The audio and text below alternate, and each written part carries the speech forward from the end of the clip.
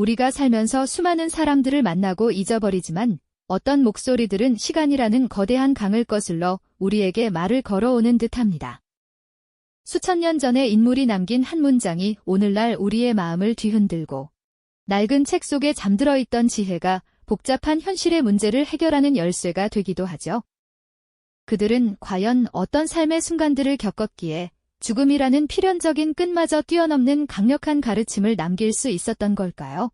그리고 우리는 왜 여전히 그들의 이야기에 귀를 기울여야만 하는 걸까요?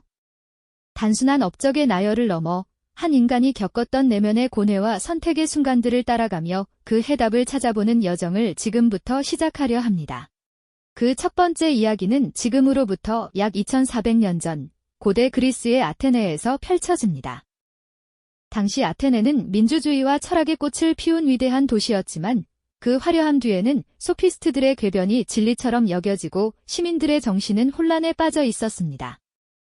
바로 그 혼돈의 중심, 시끌벅적한 아고라 광장에 남루한 옷을 입고 맨발로 걸어 다니는 한 노인이 있었습니다. 그는 사람들을 붙잡고 당연하게 여겨지는 모든 것들에 대해 집요하게 질문을 던지기 시작했죠. 정의란 무엇인가? 용기란 무엇인가? 아름다움이란 무엇인가? 그의 질문은 사람들을 당황하게 만들었고 스스로가 안다고 믿었던 것들이 사실은 아무것도 아니었음을 깨닫게 했습니다. 이 노인의 이름은 바로 소크라테스였습니다. 그가 던진 가장 근원적인 화두, 너 자신을 알라는 말은 단순히 자신을 성찰하라는 격언이 아니었습니다. 그것은 스스로가 무엇을 알고 무엇을 모르는지 명확히 직시하라는, 어쩌면 가장 고통스러운 진실과 마주하라는 준엄한 요구였던 셈이죠. 소크라테스는 지혜란 무언가를 많이 아는 것이 아니라 자기 자신이 아무것도 모른다는 사실을 아는 것에서부터 출발한다고 믿었습니다. 문제는 그의 이런 방식이 아테네의 기득권층과 지식인들의 위선을 정면으로 공격했다는 점입니다. 그들은 소크라테스의 질문 앞에서 자신의 무지가 드러나는 것을 견딜 수 없었죠. 결국 그는 아테네의 젊은이들을 타락시키고 국가가 인정하지 않는 신을 섬긴다는 어처구니 없는 죄목으로 법정에 서게 됩니다.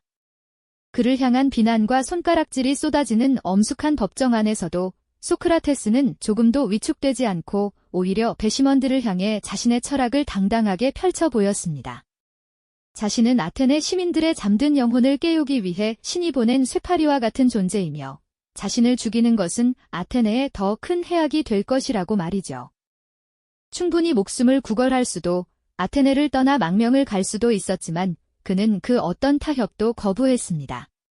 놀랍게도 그는 죽음이라는 가장 확실한 공포 앞에서도 자신의 신념을 한치도 굽히지 않았던 겁니다.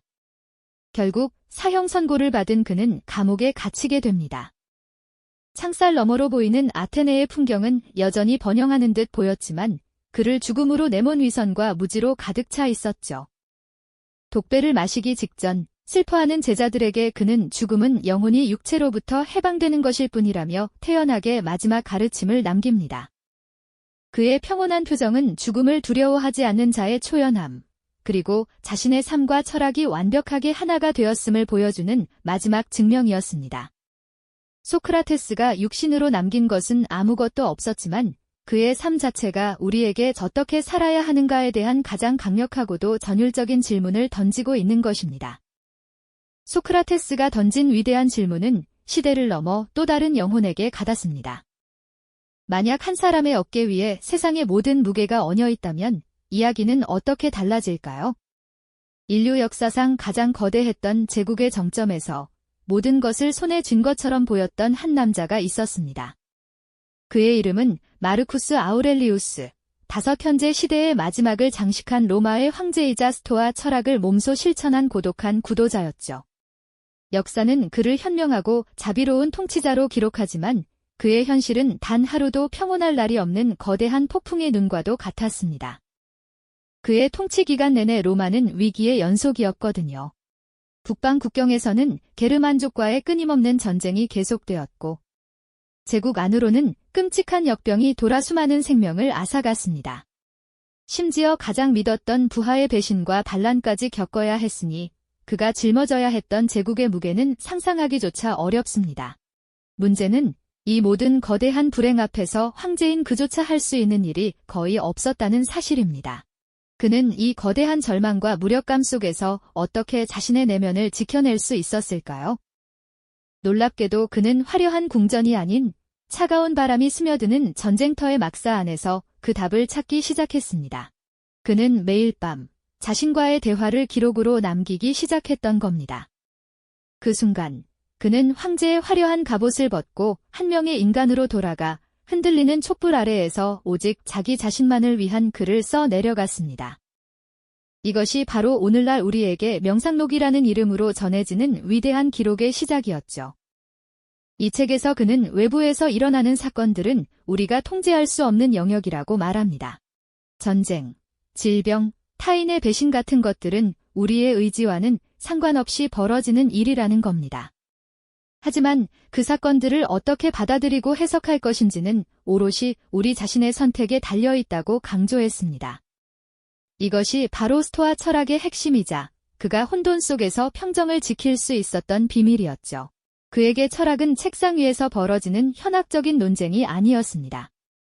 매일의 삶 속에서 마주하는 고통과 불안을 이겨내기 위한 실용적인 무기이자 정신을 단련하는 훈련이었던 셈입니다.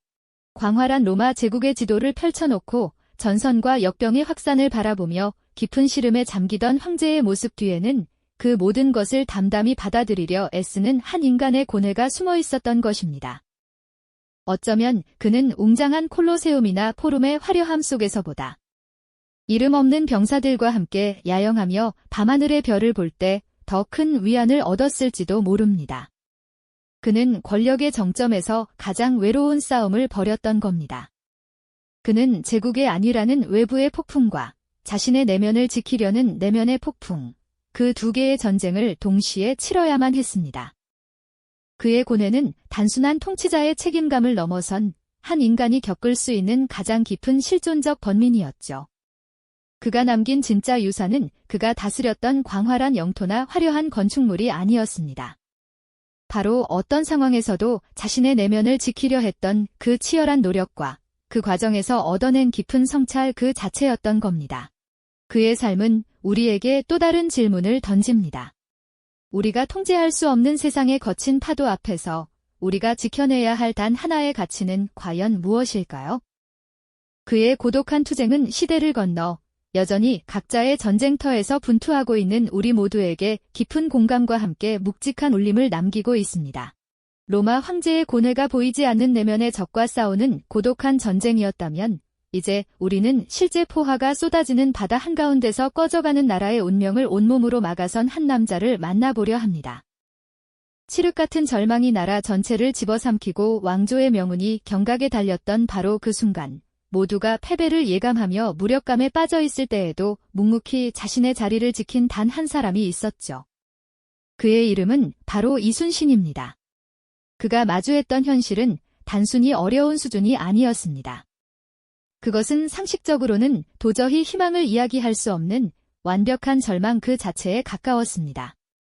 왕의 불신과 동료들의 시기 속에서 모든 공을 빼앗기고 백의종군이라는 가장 치욕적인 형벌을 견뎌야 했고 그가 평생을 바쳐 키워낸 조선의 수군은 단 한 번의 전투로 괴멸되고 말았습니다. 그의 손에 남은 것은 고작 13척의 낡은 배와 지칠 대로 지친 병사들, 그리고 바다보다 깊은 백성들의 눈물뿐이었습니다. 하지만 그는 그 모든 절망의 무게를 짊어지고 다시 바다로 나갔습니다. 수백 척의 적선이 검은 숲처럼 밀려오는 명량의 울돌목, 그 죽음의 문턱에서 그는 두려움에 떠는 병사들을 향해 외쳤죠. 살고자 하면 죽을 것이요, 죽고자 하면 반드시 살 것이라고 말입니다. 이것은 단순한 구호가 아니었습니다. 버려진 조국과 사랑하는 사람들을 지키기 위해 자신의 목숨을 기꺼이 던지겠다는 한 인간이 가질 수 있는 가장 숭고하고 비장한 결의의 표현이었습니다. 놀랍게도 기적은 바로 그 죽음을 각오한 마음에서 시작되었습니다.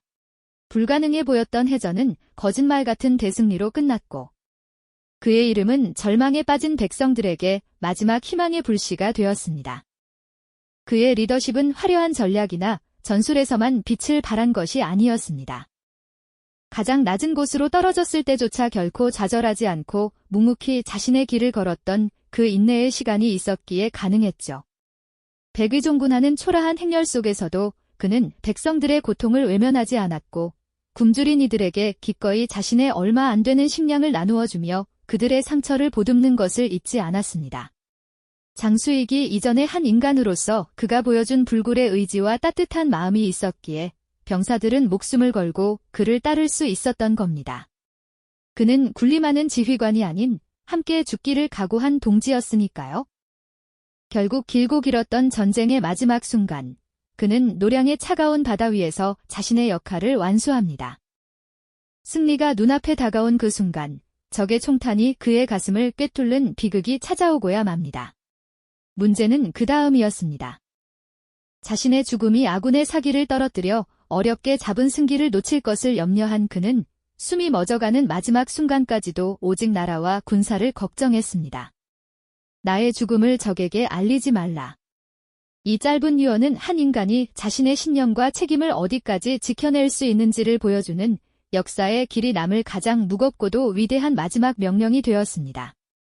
그는 자신의 목숨보다 조국의 운명을, 개인의 영광보다 공동체의 승리를 더 중요하게 여겼던 진정한 영웅이었습니다. 그의 삶 자체가 우리에게 리더의 책임감이란 무엇인지 온몸으로 증명하고 있는 셈이죠. 그의 이야기는 단순히 한 위대한 전쟁 영웅의 무용담으로만 그치지 않습니다. 개인이 감당하기 힘든 거대한 시련 앞에서 인간은 얼마나 강해질 수 있는가에 대한 깊은 성찰을 우리에게 안겨줍니다. 한치 앞을 내다볼 수 없는 위기의 순간에 우리를 다시 일어서게 하는 힘은 결국 계산적인 이성이 아니라 죽음조차 두렵지 않게 만드는 신념과 용기라는 사실을 그의 삶이 웅변하고 있습니다. 오늘날 우리가 마주한 수많은 위기와 도전들 앞에서 그의 이름은 단순한 역사의 한 페이지를 넘어 우리 가슴 속에 살아 숨쉬는 자부심이자 결코 꺼지지 않는 불굴의 정신으로 남아 있습니다. 시대와 공간을 뛰어넘어 우리는 놀랍도록 닮아있는 하나의 장면을 목격하게 됩니다. 바로 인간이 자신의 신념을 위해 죽음이라는 가장 근원적인 공포와 마주하는 순간이죠. 불의한 판결 앞에서 기꺼이 독배를 들었던 한 철학자의 마지막 순간은 놀랍도록 평온했습니다. 그는 자신의 육신은 사라져도 진리를 향한 탐구 정신은 영원할 것이라 믿었기 때문입니다. 밤마다 전쟁터의 차가운 막사 안에서 수많은 이들의 생사와 제국의 명운이라는 거대한 무게에 짓눌리면서도 묵묵히 글을 써 내려간 한 황제가 있었습니다. 그는 권력의 정점에서 가장 외로운 싸움을 벌였죠. 자신을 버리고 끊임없이 흔들리는 세상의 파도가 아니라 결코 변하지 않을 내면의 가치를 붙잡으려 했던 그의 고뇌는 촛불 아래 고스란히 기록으로 남았습니다. 그리고 마침내 모든 것이 무너져 내린 듯한 절체절명의 바다 위에서 자신의 죽음마저 승리를 위한 마지막 전략으로 삼았던 한 장군의 비장한 결단이 있었습니다. 그 순간 그의 눈에는 개인의 영광이나 생에 대한 미련이 아닌 오직 구해내야 할 나라와 백성들의 모습만이 가득 차 있었을 겁니다. 소크라테스의 평온함, 마르쿠스 아우렐리우스의 굳건함, 그리고 이순신의 마지막 희생.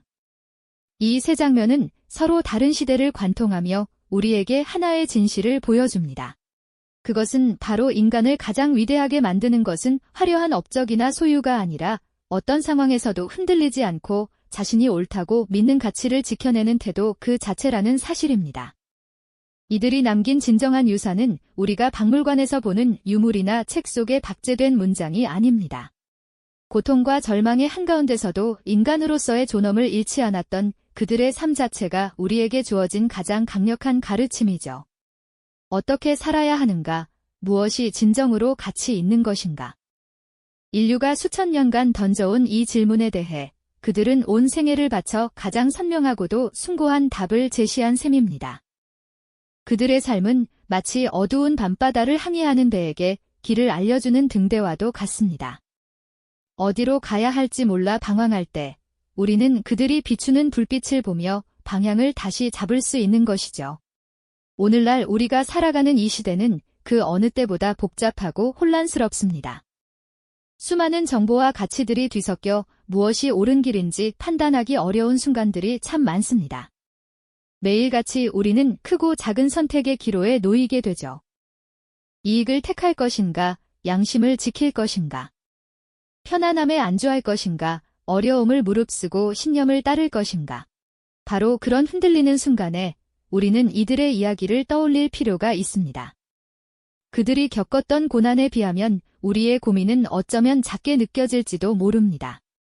하지만 중요한 것은 문제의 크기가 아니라 그것을 마주하는 우리의 태도일 겁니다. 그들은 우리에게 어떤 위기 속에서도 희망을 찾고 스스로의 원칙을 지켜나갈 용기를 불어넣어 줍니다. 결국 이들의 이야기는 단순한 과거의 기록을 넘어 현재를 살아가는 우리 모두의 삶과 깊이 연결되어 있는 셈이죠. 시대를 초월한 그들의 지혜는 여전히 유효한 삶의 나침반이 되어주고 있습니다. 수천 년의 시간을 건너온 그들의 목소리는 지금 이 순간에도 우리 각자의 마음속에 조용히 하지만 분명하게 말을 걸어오고 있는지도 모릅니다. 당신은 당신의 삶에서 무엇을 가장 소중한 가치로 여기며 살아가고 있습니까?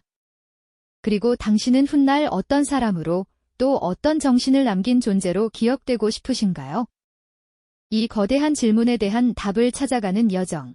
그것이야말로 우리에게 주어진 가장 의미 있는 삶의 과제일 것입니다. 그리고 그 길 위에서 우리는 결코 혼자가 아닐 겁니다.